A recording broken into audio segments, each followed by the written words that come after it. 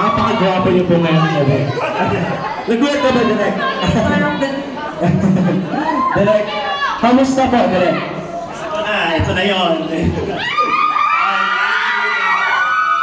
Salamat, nakaka-nervyos. First of all, Direk, I would like to congratulate you, syempre, di ba? May tatanong lang ako, Direk. Ano yung pagkakaiba ng pelikulang ito sa mga ibang pang nagawang pelikula? Ito yung pinakamaganda. Sinabi ko rin yan nung nakaraan. Yun yung pinakamaganda. Ito. Basta kung ano yung mga naparating, yun yung pinakamaganda. We thank you. Yes.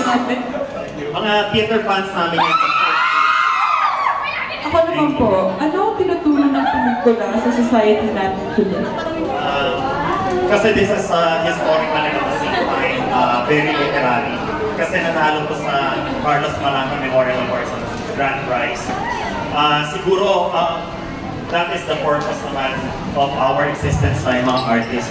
We are here not only to entertain but to educate people as well. So, this is very transformative.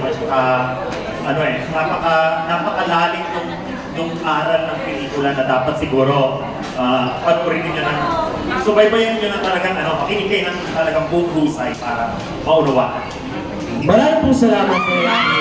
Excited pa po kami lahat mapanood. Once again, palapakan po natin, Direk.